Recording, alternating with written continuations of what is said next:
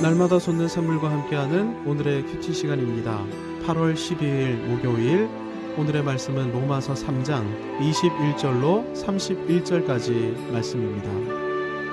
이제는 율법 외에 하나님의 한 의가 나타났으니 율법과 선지자들에게 증거를 받은 것이다. 곧 예수 그리스도를 믿음으로 말미암아 모든 믿는 자에게 미치는 하나님의 의인이 차별이 없느니라. 모든 사람이 죄를 범하였으며 하나님의 영광에 이르지 못하더니 그리스도 예수 안에 있는 속량으로 말미암아 하나님의 은혜로 값없이 의롭다 하심을 얻은 자 되었느니라. 이 예수를 하나님이 그의 피로써 믿음으로 말미암는 화목제물로 세우셨으니 이는 하나님께서 길이 참으시는 중에 전에 지은 죄를 간과하심으로 자기의 의로우심을 나타내려 하심이니 곧 이때에 자기의 의로우심을 나타내사 자기도 의로우시며 또한 예수 믿는 자를 의롭다 하려 하심이라. 그런즉 자랑할 데가 어디냐? 있을 수가 없느니라. 무슨 법으로냐? 행위로냐?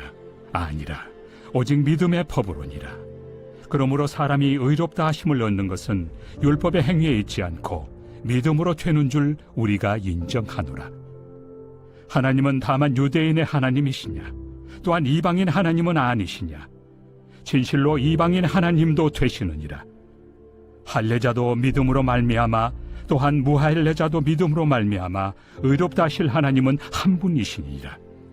그런즉 우리가 믿음으로 말미암아 율법을 파기하느냐? 그럴 수 없느니라. 도리어 율법을 굳게 세우느니라. 로마서 전반부에서 바울이 다루는 주제가 복음입니다. 로마 교회를 향해 복음을 말하고 있는 것인데요. 로마 교회는 바울이 설립한 교회도 아니고 바울이 일면식도 없는 그런 교회입니다. 하지만 주님의 몸된 교회를 위해 세움받은 사도가 바울이었죠. 그러니 주님의 교회였던 로마 교회를 든든히 세우기 위해 바울이 복음을 말하고 있는 것입니다. 로마 교회를 교회다운 교회로 세우려는 거룩한 열정으로 바울이 복음을 말하고 있는데 여기에는 배경이 있습니다. 로마 교회가 평신도 중심의 교회였던 것입니다. 스데반이 순교한 이후 로마 교회를 향한 유대인들의 대대적 박해가 시작되었는데 이 와중에 디아스포라 유대인 회심자들 상당수가 고향으로 돌아갔습니다. 로마 출신의 유대인 회심자들도 로마로 복귀했는데 이분들이 예루살렘 교회에서 하던 대로 함께 모여 예배드리고 교제에 떡을 떼기 시작했습니다. 교회를 이루게 된 것이죠. 하지만 로마 교회에는 성도들을 말씀으로 지도해줄 지도자가 없었습니다. 말씀으로 지도해줄 지도자가 없다? 얼마든지 복음에서 이탈할 수도 있는 상황이죠. 그러니 바울이 로마 교회를 향해 복음을 말하고 있는 것입니다. 아울러 지난번에 말씀드린 대로 바울은 땅끝 서바나를 향해 선교하기 원했는데 바울의 복음과 로마 교회의 복음이 본질적으로 동일한 복음임을 입증해서 로마 교회가 바울의 복음 사역을 후원해 주기를 원하는 마음으로 또한 바울이 복음을 말하고 있습니다. 그렇다면 복음이 무엇입니까? 본문 23절에서 바울이 이렇게 말합니다. 모든 사람이 죄를 범하였음에 하나님의 영광에 이르지 못하더니. 이 진술을 통해 바울은 복음이 무엇인지를 다시 한번 명확히 밝히고 있습니다. 복음은 죄인인 인간, 하나님의 저주와 심판 가운데 진멸당할 수밖에 없는 인간이 다시금 하나님의 영광 안에 살도록 하시는 하나님의 은혜의 역사입니다. 이 진술을 통해 우리는 누구에게 복음이 필요한가 하는 사실을 다시금 확인할 수 있습니다. 하나님의 영광에 이르지 못하는 죄인에게 복음이 필요한 것이죠. 그렇다면 인류 가운데 하나님의 영광에 이르지 못하는 죄인은 누구입니까? 다시 23절입니다. 모든 사람이 죄를 범하였음에. 하나님의 영광에 이르지 못하는 죄인은 모든 사람입니다. 모든 인류에게 복음이 필요한 것입니다. 즉 인류 중 그 누구도 하나님의 영광 안에서 살지 못하고 있는 것이죠. 바울이 이렇게 말했을 때 거리낌을 가진 사람들이 분명히 있었을 것입니다. 로마 교회의 초대 멤버들이었던 사람들, 유대인들이 그러했을 것입니다. 유대인들의 반론은 무엇이었을까요? 우리는 택함 받은 선민이고 언약 백성이며 언약 백성의 표인 할례의 표가 우리 몸에 새겨져 있다. 그런데 택함 받은 언약 백성이라고 그냥 하나님의 영광 가운데 지낼 수 있습니까? 아닙니다. 구약 시대에 하나님의 영광, 하나님의 임재의 좌소는 성막 혹은 성전이었는데 언약 백성이라고 함부로 성막이나 성전으로 나아갈 수 있었습니까? 아닙니다. 아론의 두 아들 나답과 아비후 사건을 기억해 보십시다. 율법이 정한 규례에 의하면 반드시 제단에서 취한 불로만 향단불을 피울 수 있었습니다. 하지만 나답과 아비후는 술에 취해 다른 불로 향단불을 피웠고 그 결과 여호와의 불에 의해 성막 안에서 불살라 죽임 당했습니다. 언약 백성 중에서도 제사장, 그 중에서도 차기 대제사장이었던 사람들조차 여호와의 진노하심 가운데 함부로 성막으로 나갈 수가 없는 것이죠. 언약 백성인 이스라엘 역시 마찬가지였습니다. 할례의 표를 지니고 있다 할지라도 그냥 하나님의 임재와 영광으로 나아갈 수 있었던 것은 아닌 것이죠. 먼저 정결례를 행하면서 의식적인 정결함 가운데 지내야만 했습니다.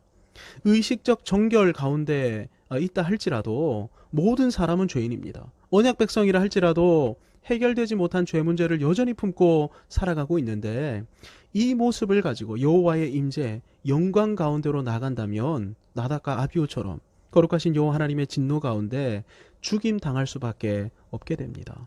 그래서 필요한 것이 무엇입니까? 속죄제, 속건제, 죄를 속하는 제사인 것이죠. 나의 죄를 대신해 피 흘려 죽임 당할 희생양이 필요한 것입니다.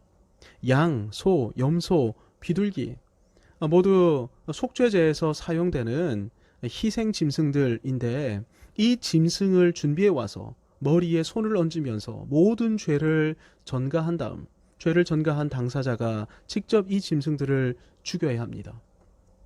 저는 죄인이며 실은 제가 죽어야 하는데 저를 대신해 이 짐승을 죽이오니 이 죽음을 보시고 제가 여호와 하나님의 임재와 영광 가운데 나아가는 것을 용납해 주옵소서. 이렇게 해야 하는 것입니다. 여호와의 언약 백성이라 할지라도 할례의 표를 몸에 지니고 있는 사람들이라 할지라도 여전히 죄인들이고 이 상태로는 아무도 여호와의 임재, 여호와의 영광 가운데 나아갈 수 없는 것이죠. 그렇다면 하나님께서 죄를 속하는 희생 제사를 드리게 하신 이유가 무엇일까요? 영원한 속죄 제사를 드릴 아들 예수 그리스도의 오심을 믿음으로 기대하도록 하시기 위함입니다. 희생 제사를 드릴 때마다 나의 죄 문제를 영원히 속량하실 속량자, 대속자, 구원자가 필요하구나. 이 사실을 믿음으로 고백하며 시인하게 하신 것입니다. 구약의 희생 제사는 믿음의 제사였던 것이죠. 예수 그리스도를 전망하게 하고 기대하게 하는 은혜의 제사였던 것입니다.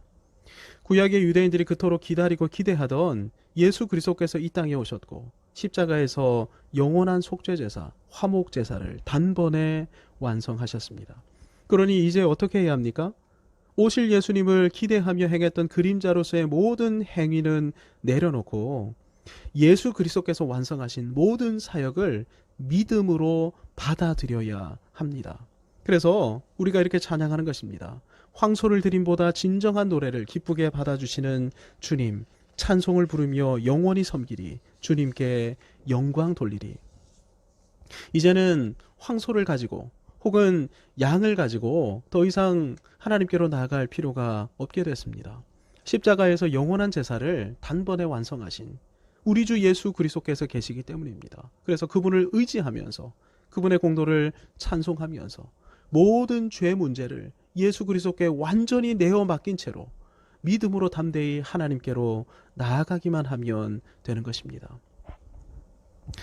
우리가 무엇인가를 해야 할 필요가 전혀 없는 것이죠. 예수님께서 행하신 것을 그냥 믿고 받아들이기만 하면 되는 것입니다. 믿음으로 예수 그리스도를 붙들고 확신하며 의지할 때 그때 하나님께서 어떻게 하십니까? 24절을 보면 의롭다고 말씀해 주십니다.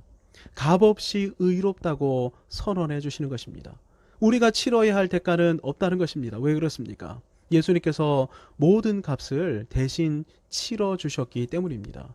이것을 속량이라고 부르죠. 예수 그리스도의 속량하심을 믿고 의지하는 순간 하나님께서는 너 이제 나의 임재 가운데 들어와도 돼. 지성소로 들어와도 돼. 이렇게 말씀해 주시는 것입니다. 25절을 보면 전에 지은 죄를 간과하심으로 라고 말씀하고 있습니다. 의롭다는 것이 정말로 우리가 의롭게 된 것이냐? 아닙니다. 우리는 여전히 죄를 가지고 있음에도 아들 예수 그리스도의 피가 우리 몸에 발려져 있기에 하나님께서 우리 죄를 죄가 없는 것으로 여겨주시는 것, 그렇게 인정해 주시는 것입니다. 이것은 28절을 보면 행위의 법이 아니라 믿음의 법입니다. 예수 그리스도를 믿을 때 의롭다고 불러주시고 죄가 없는 것으로 여겨주시는데 이것이 믿음의 법입니다. 따라서 의롭다 칭함을 받는 것, 속량받고 구원받으며 하나님의 영광 가운데 사는 것에는 우리가 자랑할 어떠한 거리도 존재하지 않는 것입니다. 이렇게 속량받았으니 이제 어떻게 살아가게 되겠습니까? 일단 더 이상 남을 정죄하지 않는 삶을 살아가게 될 것입니다. 왜냐하면 하나님께서 예수 그리스도 안에서 우리를 죄 없는 자로 여겨주시는 은혜를 입었기 때문입니다. 죄인인 나를 예수 그리스도 안에서 하나님께서 용납해 주시어서 하나님의 영광 안에 살도록 은혜를 베풀어 주셨습니다. 그러니 연약함을 가진 채 예수 그리스도로 나오는 죄인이 있다면 그가 어떤 사람이건 용납해 줄 알게 되는 것이죠. 그러니 율법주의는 복음에 있어서 가장 강력한 원수라는 사실을 기억해야 합니다. 물론 자기 죄를 인정하지 않는 교만한 죄인들은 치리해야 하고 죄를 깨닫도록 해줘야 합니다. 하지만 자신의 연약함을 인정하면서 주님 앞에 엎드리는 사람이 있다면 우리는 그가 누구이건 우리의 형제로 인정하며 받아들이며 함께 그와 사랑을 나눌 줄 알아야 하는 것입니다. 은혜로 속량받아 하나님의 영광 안에 살게 된 사람은 이제 하나님의 영광에 어울리는 삶을 살아가게 될 것입니다. 하나님의 아들의 신분을 얻었다면, 죄에게서 자유케 되는 자유의 신분을 얻었다면 이제 하나님의 아들답게 살아야 하는 것이고, 죄에게 억압당하는 삶이 아니라 죄로부터 멀어지고 죄에게서 자유케 되는 삶을 살아야 하는 것이죠. 그래서 31절에서 바울이 이렇게 말하는 것입니다. 그런즉 우리가 믿음으로 말미암아 율법을 파기하느냐? 그럴 수 없느니라. 도리어 율법을 굳게 세우느니라. 주신 말씀 붙들고 오늘 하루도 우리의 모든 죄악을 그리스도께 믿음으로 내어 맡기고 주님을 의지함으로 하나님의 영광 가운데로 나아가십시다. 관건은 하나님의 영광입니다. 정말로 주님을 의지한다면 하나님의 영광, 하나님의 임재 가운데 살아야 합니다. 하나님께 더 가까이 나아가야 하는 것입니다. 하나님의 마음, 하나님의 눈물을 가져야 하고 하나님의 관심사를 나의 꿈과 비전으로 삼을 줄 알아야 합니다.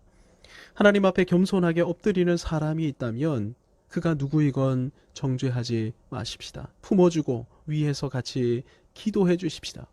구원의 은혜를 입었다면 하나님의 자녀의 신분을 지키면서 거룩하게 살아가십시다. 죄를 정복하고 다스리는 삶을 살아가십시다. 주신 말씀 붙들고 함께 기도할 때 먼저 주님이 가르쳐 주신 기도로 기도한 후에 함께 기도하겠습니다.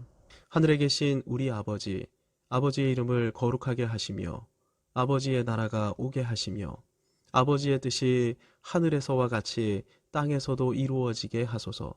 오늘 우리에게 일용할 양식을 주시고 우리가 우리에게 잘못한 사람을 용서하여 준 것 같이 우리 죄를 용서하여 주시고 우리를 시험에 빠지지 않게 하시고 악에서 구하소서.